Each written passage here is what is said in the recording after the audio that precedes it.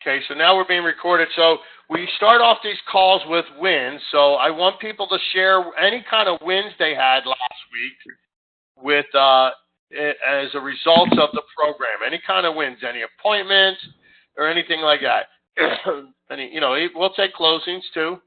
I know the closing was a result of the program because that would have been the results of the program. That would have been a result of activities done 30, 60, 90 days ago. So, but let's share some wins, guys.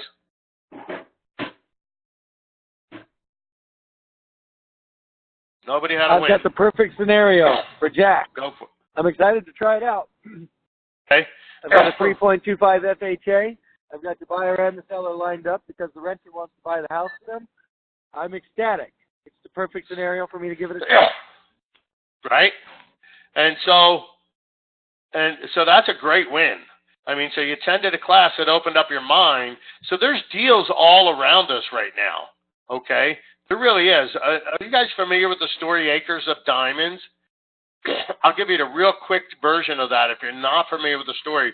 So this old African farmer, so it's the lure of Africa was to find a diamond mine, and retire rich. So there was an African farmer that was his dream. He always wanted to have a diamond mine. So he went and sold his farm and went out to seek his fortune. Well, years later, someone came to visit him, and they knocked on the door, and there was a stranger there, and there was this big rock on the mantle, and he says, "Oh my gosh, he's back! The farmer's back! The original farmer's back!" And he goes, "No, what are you talking about?" He goes, "Well, there's that big diamond on the mantle." And the guy goes, "Oh, that big rock?" He goes, "I found that down by the river. The river's just full of them." So the river happens to be on this farmer's land, and so the river, he went down there, and it turns out it was the largest diamond ever found, this one that was on his mantle.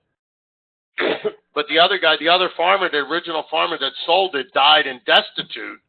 But the problem was he owned acres of diamonds. He just didn't know what a diamond looked like in the raw. So he didn't know what a raw diamond looked like. So where if he understood what a raw diamond actually looked like, he could have retired one of the wealthiest men in the world. So we all have our own acres of diamonds. And you discovered one the other day, Trevor, where you had a diamond sitting right there in front of you. You just didn't know what it looked like, unpolished. And so you went and saw what that looked like, and bang! I mean, he's got a deal. I mean, I don't know if you guys heard that. He's got a guy that owns a house that he's renting out. He's got an FHA loan at 3.25% interest. They're going to sell it to the buyer. The buyer can pay 10, 15, 20 grand more and have a smoking deal because of the interest rate. And the seller, he can net the seller $20,000 more. The seller's ecstatic. They can put it together. The seller will be ecstatic because he's going to net 20 grand more. The buyer's ecstatic because he's got a 3.25% interest rate that's been seasoned for several years. I mean, it doesn't get much better than that, boys and girls, as a win-win. I mean, you talk about a win-win deal, man. That's as good as it gets.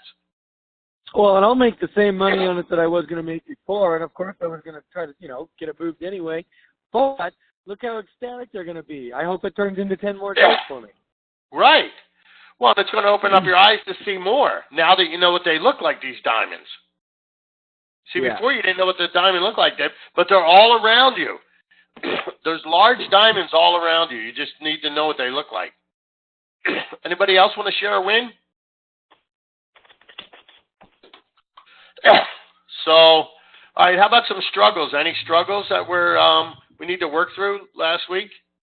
Everybody making their calls with their partner? Nobody had any struggles? Everybody made their call perfectly on time. Somebody was saying something. I had a good time meeting with my partner and stuff like that. It was good. But one of the biggest challenges that I had this week was literally right after I got off my call with my partner, I had to do, you're supposed to start your prospecting. But an offer came in on my email. I've been trying to get an offer on this property for a little while. The sellers are excited to get something going. And so the hardest thing for me was actually waiting and putting the offer down and not handling it till noon and sitting and starting my prospecting. That's something I'd never done before. But during that 2-hour prospecting session, I actually got a hold of a buyer and was able to show some houses that evening as well. So that was a challenge for me, though, waiting to process the paperwork, if you will. Yeah, way to Right, stay so the course. Yeah, I mean, and that's the key. Brian Ferry says it best. Look, we don't make time to lead generate. We make time to work on the addendum. We don't make time to lead generate. We make time to schedule an inspection. But lead generation, and also I want to change the culture of lead generation and stop calling it lead generation. I want to call it appointment setting sessions. I want you to get real focused because I don't want you to generate leads for the sake of generating leads. I want you to get on the phone and set appointments. Right? So I love that. I love that. Great job, though, Scott. I mean, that deserves a round of applause to overcome that because it is challenging to have years of habits where if an offer comes in, drop everything, go work on it. No, it'll be fine. Well, he would have missed the diamond, right? 30-11. Get so excited to have one, he would have missed out on the second. Right. And now when you're sitting there with an offer in the books, I mean, now how's your confidence level when you're on the phone talking to people, right? Think about that. You got an offer sitting there. You got a little bit of more swagger going on, right? And there's nothing like having swagger when you're starting to make phone calls for setting appointments. So when you have any kind of swagger, then you have confidence, and people are attracted to confidence. So that's awesome. Any other good lessons out there? I know Jesse. I talked to Jesse. You there, Jesse? Yes, I am.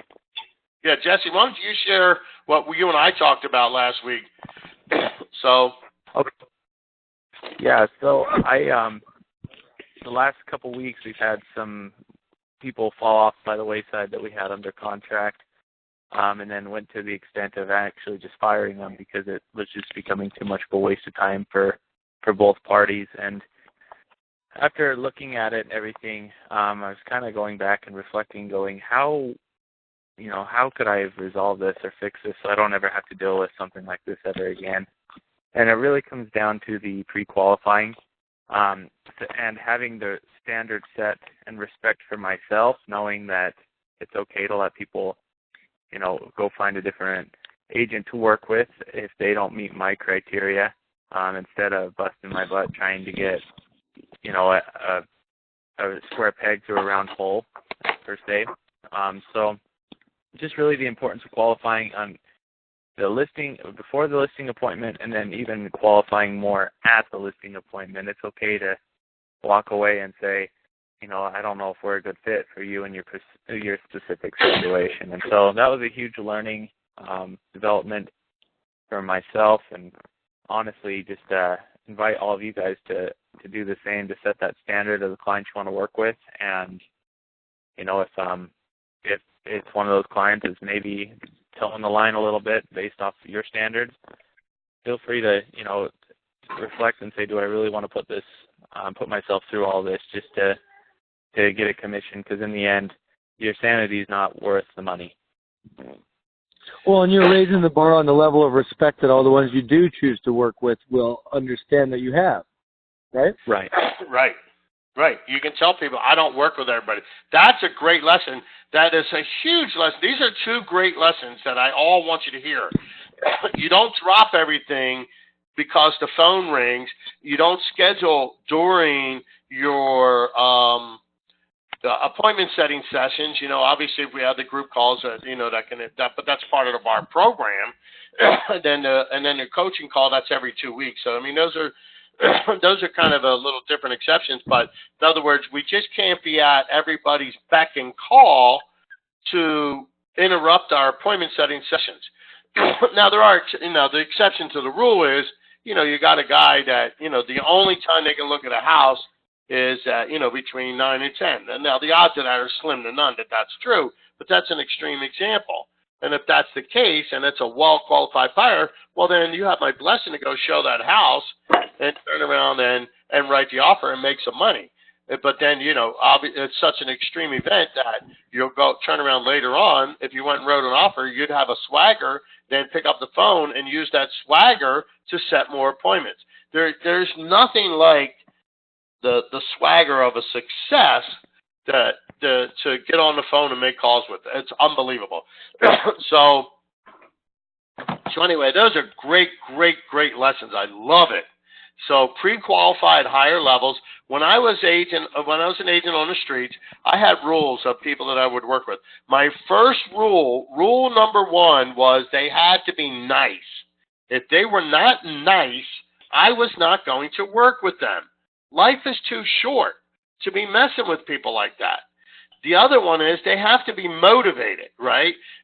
I don't care. Look, there's nothing we can do or say that will cause people to pack all their crap and move. They're either moving or they're not moving. That's it. And our number one job is to identify who is actually going to move. Not would like to move if the stars line up, but somebody that has to move.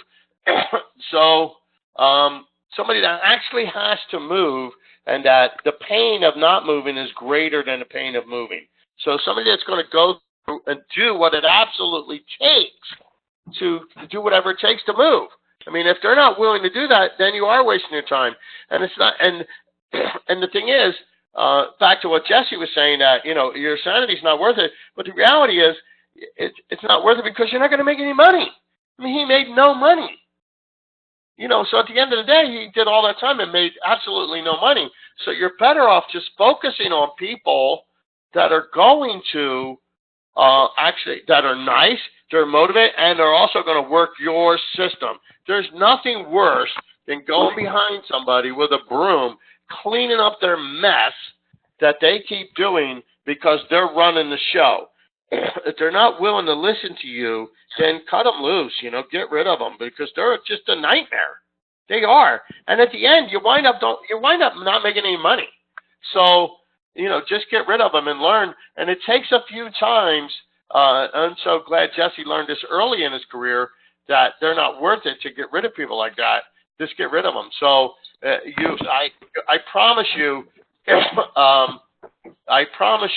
that if you get rid of these people, you'll actually make more money. Because don't fall into the trap, well, I'm not that busy, so I might as well work with people, that until I'm busy. No. Forget wasting time with them. If you got people, you're better off getting back on the phone, looking for somebody that's nice, than you are spending time with people that are not nice, not motivated, not willing to work your system, and you're never going to make any money. So what would be the point of that? So get back on the phone, look for people that are that are going to work the system you can actually make money for. So viewer 19, I don't know who you are because everybody logged in as viewer this and that, so I can't help you if you sent me a text. They said you can't hear. Well, you don't have a microphone, or I don't know what your question really was. So can't hear. So if you can't hear, you got to have speakers on your phone or a headset. I'm not sure. Call in with your phone. Try. Oh, I guess they can't hear me, right? Try calling in using the number. Oh, I don't know what happened there.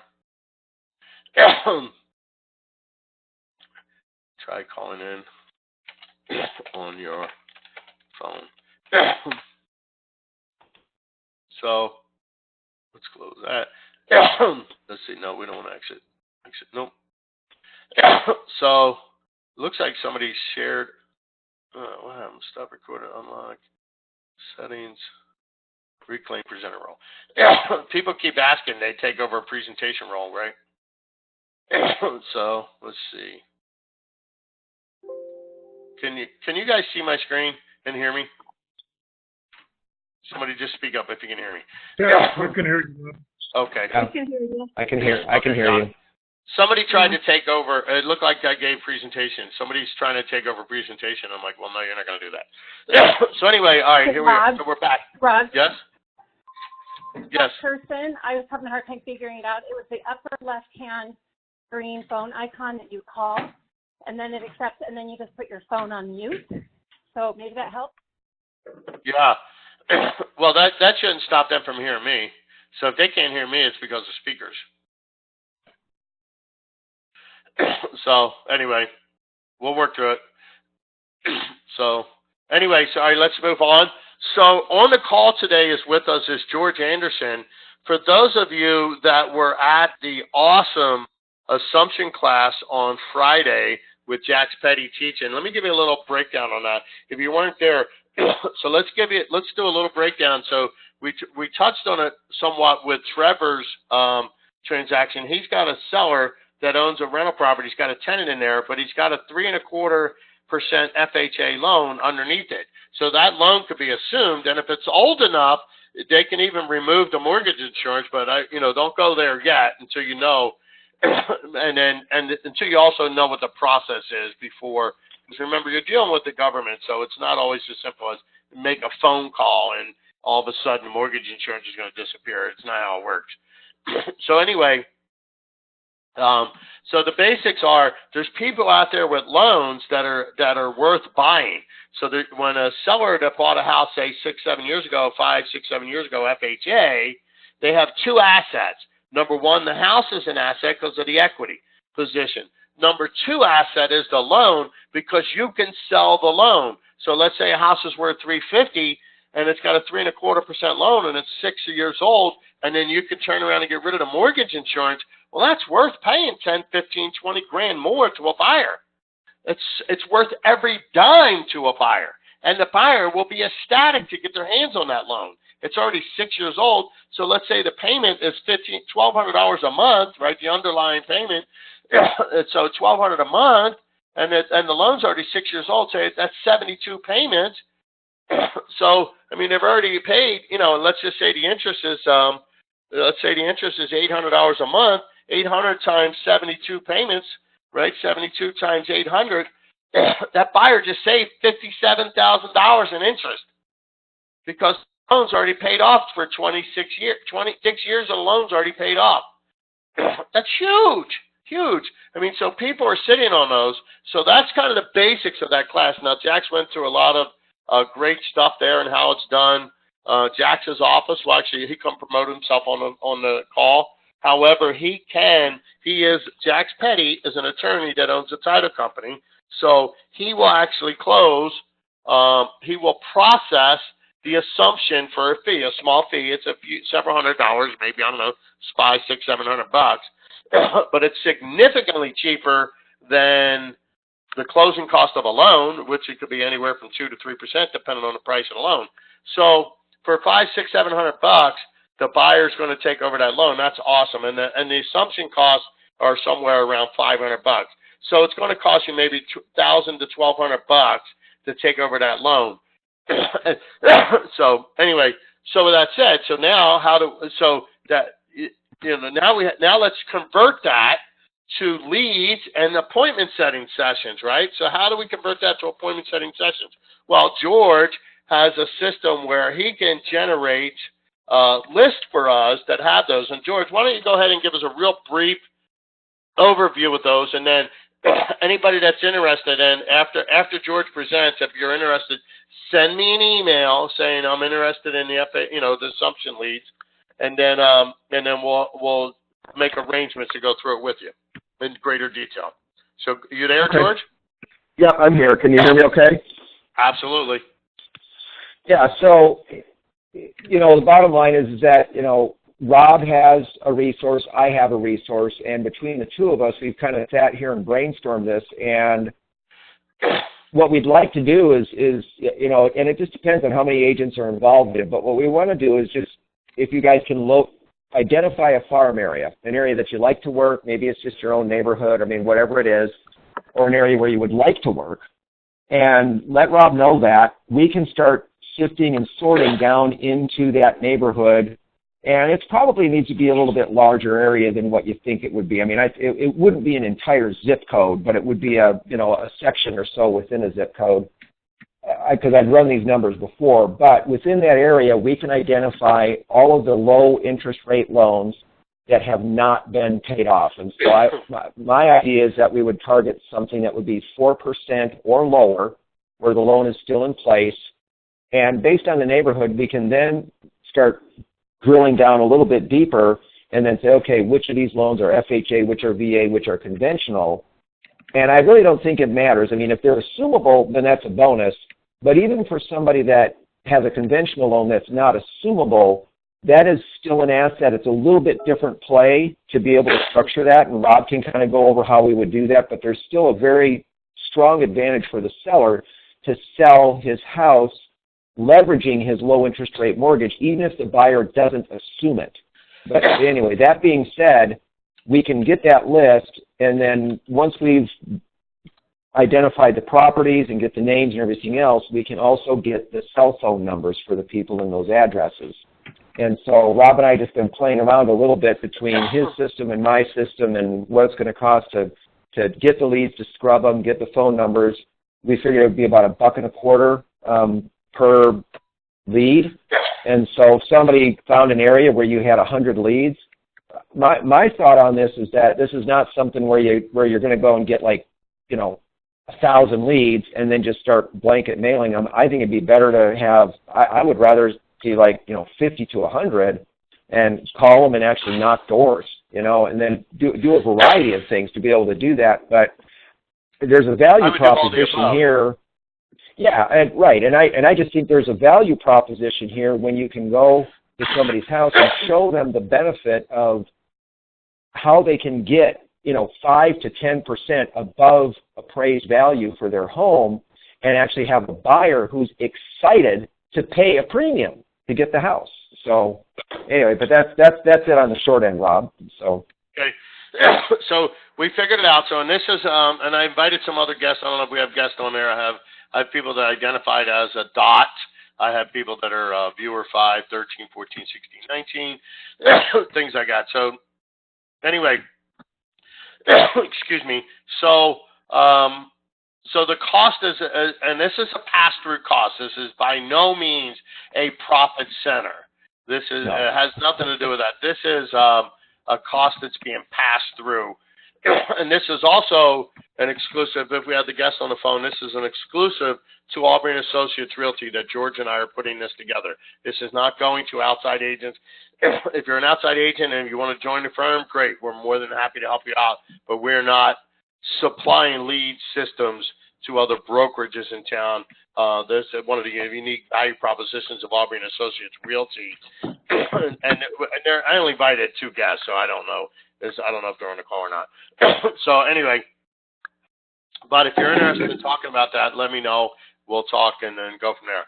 So any other thoughts, questions, concerns, or hallucinations on this topic? So I got a bunch of emails before George actually announced that there was a cost to it. So we'll double check and make sure you're still interested. So I got the emails, and then now that there's cost, I don't know if that changed anybody's mind. So anyway, we'll go through that. So that's kind of it for now. That's so let's knock them dead. Go out there, do something. Right? Do nothing, nothing occurs. Do something, something occurs. Do something great, and great things occur. Right? I mean, it's really that simple. Don't forget, we're ordering the pies this afternoon. So if you need to, if you haven't ordered your pies, get them in now. Get them in. Like right now, not like, I'd rather you do that before you send me the assumption lead. So anyway, so that's all I got. If you don't have any, does anybody have any questions? No? Awesome. So I'm going to go ahead and end the call. So go ahead and have an awesome day. And as always, if you have any questions about anything, please feel free to reach out to me, or you can reach out to George. George's phone, 550-1382. Again, 550-1382. Thanks, guys. Have an awesome day. Thanks, Rob and George.